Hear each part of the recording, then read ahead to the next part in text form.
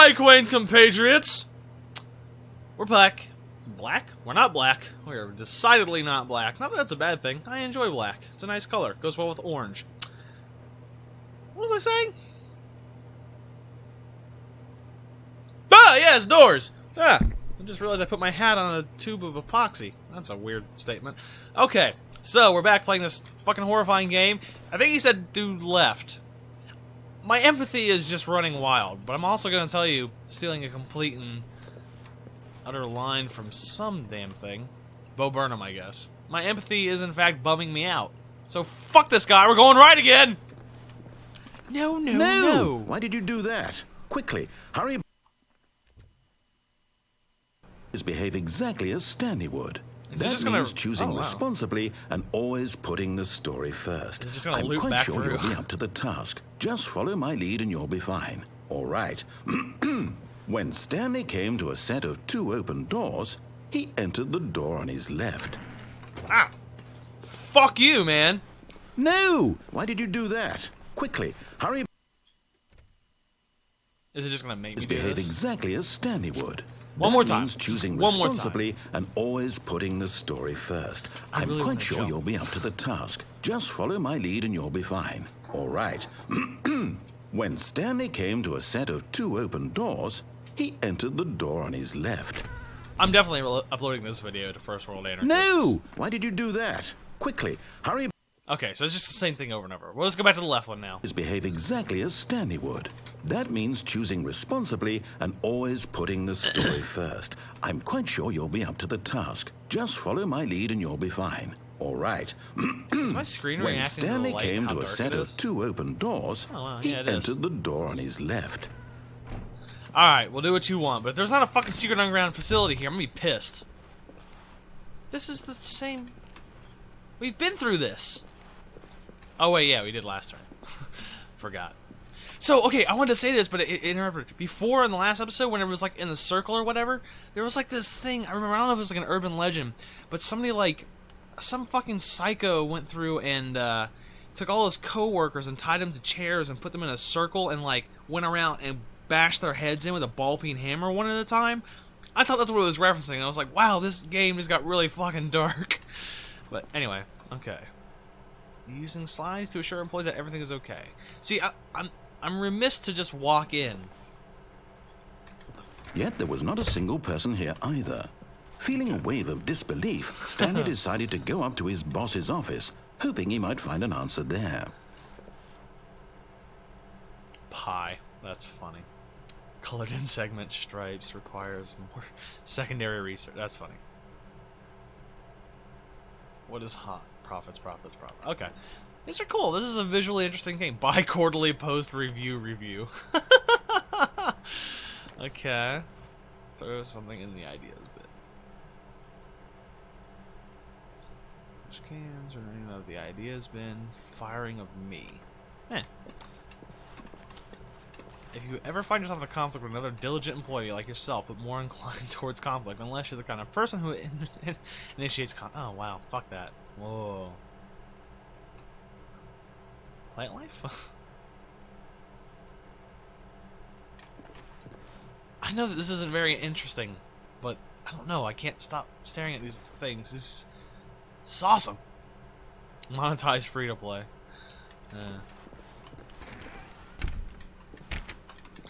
This might as well just say, insignificant door with, like, giant neon letters. No? Oh, wow. Coming to a staircase, Stanley walked upstairs to his boss's office. I don't have much of a choice this time, so... I don't think I can just wait. Nah, I'm impatient. Is there some way to jump down? I would. I hate doing what asshole wants me to. Whoa. Boss has a nice office. Holy shit.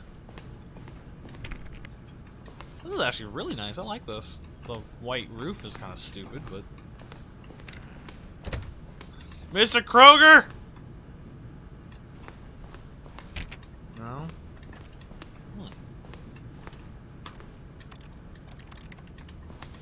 I don't know if I pointed this out last time, but this is totally my keyboard. It's like an old style IBM Model M. It's pretty badass. Makes me feel special. And actually, yeah, just hold on.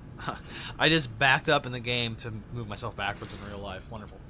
Yeah, I was gonna check the insignia. It's not quite the same, but whatever. It's cool. It's clearly based on green. I like the green room. Stepping inside his manager's office, Stanley was once again stunned to discover not an indication of any human life. Can we just go ahead and acknowledge that picture?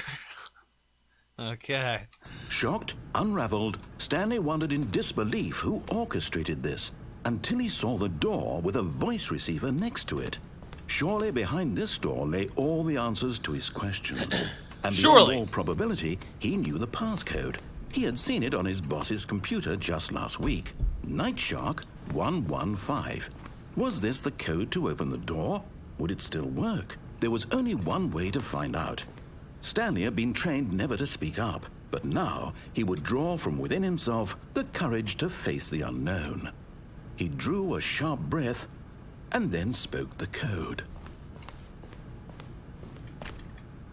How do I not speak the code? I don't really see. Stanley spoke the code. There we go. Nightshark 115. He spoke it into the receiver, right there on the wall. I wonder if I just open the door. Okay, that would have been good. What's that? I'm sorry, is there a problem? You didn't mishear me, did you? Please speak the code into the receiver. Otherwise, we can't get on with the story. This is a crucial step. Well, you already lied to me. There's no underground facility, and I'm not banging anybody. Like, just... Okay, fine. You're not going to do it. But you know what? It's pretty humiliating to bring you this far, only for you to suddenly decide you have better things to do. I asked you for this one single thing, for your respect. The kind of respect Stanley shows for his choices. He knows what it means to take a story seriously. If you didn't want to see what I had to show you, then why did you come here? You had a choice, you know. You could have gone through the door on the right. You could have done whatever the hell you wanted over there. Why did you come this way? Speak. Say something to me. Explain yourself, you coward. I mean, I tried to, but you wouldn't let me. When Stanley came to a set of two open doors, he entered the door on his left. Oh, this is trippy. Stanley? Hello? Are you... Is everything okay?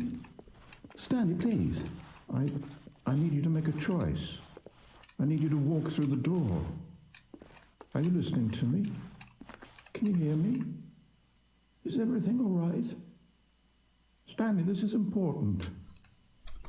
The story needs you. It needs you to make a decision. It cannot exist without you. Do you understand me? Kevin. Whatever choice you make is just fine. They're both correct. You cannot be wrong here. We can work together. I'll accept whatever you do. I simply need you to take that step forward, please. Choose. Do something. Anything. This is more important than you can ever know. Kevin McLeod, huh? I need That's cool. this. The story needs it. So, you hear me? Are you there? Is this you legit? listening to this? Stanley, are you there? Nah, this is just some bullshit. Okay. It's okay, I can wait. You need time to decide. Time to make sure your choice is correct. That is the best choice. That's all right. I'll wait for you to decide what's the right thing to do. Take as much time as you need. Oh my god. This just makes me sad. What just happened? Did I really just finish the game? What? What? What? What the fuck just happened? I'm so utterly confused.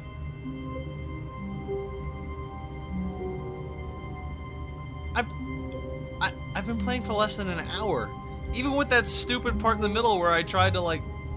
Where I was wasting, like, 10 minutes trying to figure out why that thing was glitched or whatever. What? Is that... What's going on? Let's see if I can get a repeating the original stuff. Maybe it really is. This might actually be All of his co-workers were gone. What the What could it mean?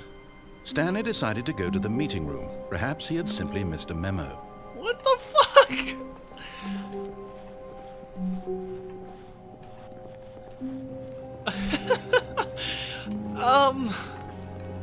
Yeah, what the fuck is this shit?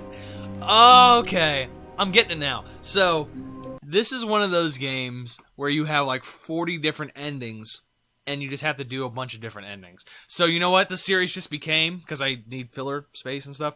This series just became, let's get all the goddamn endings. And I'll do as many as I can think of. As many as I can without looking up guides and stuff, or at least hints or whatever.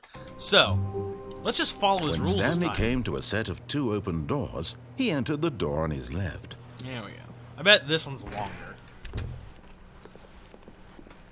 Alright. This is kind of neat. Yet there was not a single person here either.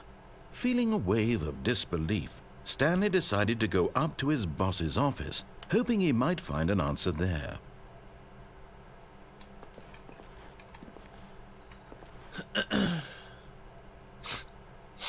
Okay. Ah! It is! Oh, it's different because I went straight for it. Stanley stepped into the broom closet, but there was nothing here, so he turned around and got back on track. Nah, there's something here. What do we got? We got a pipe wrench. There was nothing here. No choice to make, no path to follow, just an empty broom closet. No reason to still be here. Well, I'm still here, bitch. What are you gonna do about it? It was baffling that Stanley was still just sitting in the broom closet. He wasn't even doing anything. At least if there was something to interact with, he'd be justified in some way. As it is, he's literally just standing there doing sweet FA.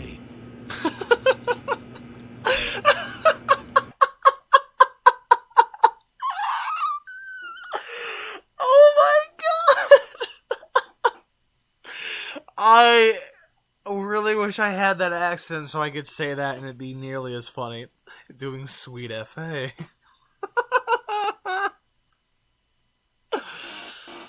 Oh, this game. Are you really still in the broom closet? Yeah, motherfucker. Standing around doing nothing? Mm-hmm. Why? Please offer me some explanation here. I'm genuinely confused. I bet you are, Kevin. Yeah. You do realize there's no choice or anything in here, right? Sure. If I'd said Stanley walked past the broom closet, at least you would have had a reason for exploring it to find out. Of course. It didn't even occur to me because literally this closet is of absolutely no significance to the story whatsoever. I bet it is. I never would have thought to mention it. What's your point? You're gonna Maybe to you this is somehow its own branching path. Maybe when you go talk about this with your friends, you'll say, "Oh, did you get the broom closet ending? The broom closet ending was my favorite." I hope your friends find this concerning. Why on earth would I be? Why on earth would I have a Cockney accent? I don't think this guy actually cares about Stanley me was as a person. fat and ugly and really, really stupid. He probably only got the job because of a family connection. That's how stupid he is. That or with drug money. Also, Stanley is addicted to drugs and hookers. Stanley sounds awesome! Well, I've come to a very definite conclusion about what's going on right now. You're dead.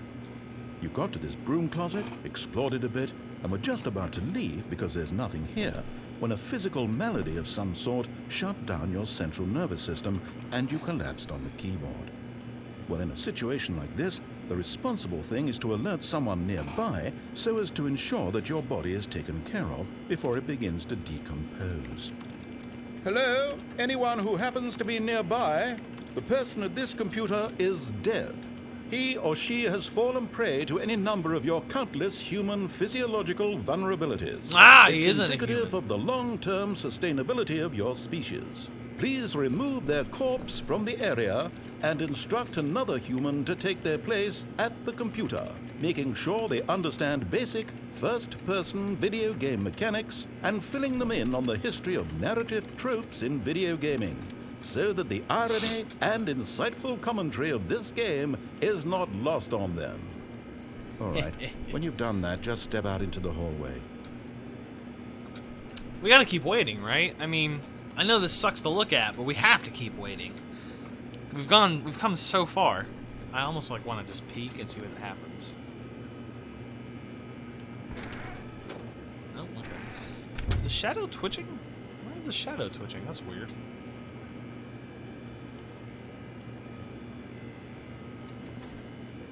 That might actually be the end. Well, we'll see. We'll give it a little bit longer.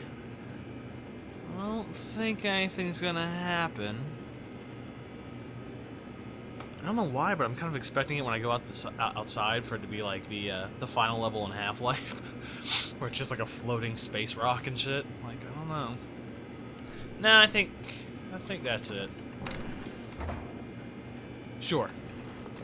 Ah, second player. It's good to have you on board. I guarantee you can't do any worse than the person who came before you. It's really funny as I have headphones on, so that wouldn't have actually been that effective. Ah! We do have a downstairs. Coming to a staircase, now. Stanley walked upstairs to his boss's office. I guess we have to do this, right? So that wasn't a real end. That was a false end. Ah. If there are multiple endings, I definitely have to play this a couple times. Oh, that's creepy. But Stanley just couldn't do it. What's a car? Okay. He considered the possibility of facing his boss. Admitting he had left his post during work hours, he might be fired for that. And in such a competitive economy, why had he taken that risk? All because he believed everyone had vanished? His boss would think he was crazy. And then something occurred to Stanley. Maybe, he thought to himself, maybe I am crazy. All of my co-workers blinking mysteriously out of existence in a single moment for no reason at all?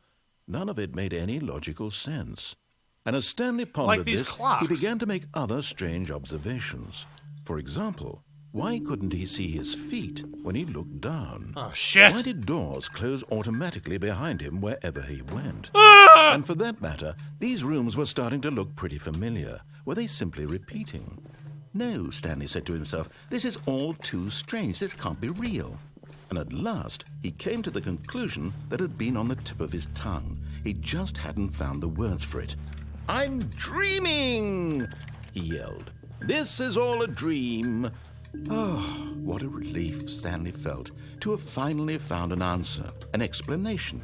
His co-workers weren't actually gone. He wasn't going to lose his job. He wasn't crazy after all. And he thought to himself, I suppose I'll wake up soon. I'll have to go back to my boring real-life job pushing buttons. I may as well enjoy this while I'm still lucid. So, he imagined himself flying and began to gently float above the ground. Whoa. Then he imagined himself soaring through space on a magical starfield, and it too appeared. It was so much fun, and Stanley marveled that he had still not woken up. How was he remaining so lucid? And then perhaps the strangest question of them all entered Stanley's head. One he was amazed he hadn't asked himself sooner. Why is there a voice in my head dictating everything that I'm doing and thinking? Now the voice was describing itself being considered by Stanley, who found it particularly strange. I'm dreaming about a voice describing me, thinking about how it's describing my thoughts, he thought. And while he thought it all very odd and wondered if this voice spoke to all people in their dreams, the truth was that, of course, this was not a dream. How could it be? Was Stanley simply deceiving himself, believing that if he's asleep, he doesn't have to take responsibility for himself? Stanley is as awake right now as he's ever been in his life. Now, hearing the voice speak these words was quite a shock to Stanley. After all, he knew for certain, beyond a doubt, that this was in fact a dream. Did the voice not see him float and make the magical stars just a moment ago? How else would the voice explain all that? This voice was a part of himself too. Surely, if he could just... He would prove it. He would prove that he was in control, that this was a dream. So he closed his eyes gently, and he invited himself to wake up. Oh, I can't move. He felt the cool weight of the blanket on his skin, the press of the mattress on his back, the fresh air of a world outside this one. Let me wake up, he thought to himself. I'm through with this dream. I wish it to be over. Let me go back to my job. Let me continue pushing the buttons. Please, it's all I want. What a loser. I want my apartment, and my wife, and my job. All I want is my life exactly the way it's always been. My life is normal. I am normal. Everything will be fine. I am okay. Owned. Ah. Stanley began screaming. Please, someone, wake me up. My name is Stanley. I have a boss. I have an office. I am real. Please, just someone tell me I am real. I must be real. I must be. Can anyone hear my voice? Who am I? Who am I? And everything went black. Wow. This is the story of a woman named Mariella. Mariella woke up on a day like any other. She arose, got dressed, gathered her belongings, and walked to her place of work. But on this particular day, her walk was interrupted by the body of a man who had stumbled through town talking and screaming to himself, and then collapsed dead on the sidewalk. And although she would soon turn to go call for an ambulance, for just a few brief moments she considered the strange man. He was obviously crazy. This much she knew. Everyone knows what crazy people look like. And in that moment, she thought to herself how lucky she was to be normal. I am sane. I am in control of my mind. I know what is real and what isn't. It was comforting to think this, and in a certain way, seeing this man made her feel better. But then she remembered the meeting she had scheduled for that day. The very important people whose impressions of her would affect her career, and by extension, the rest of her life. She had no time for this, so it was only a moment that she stood there, staring down at the body. And then she turned and ran.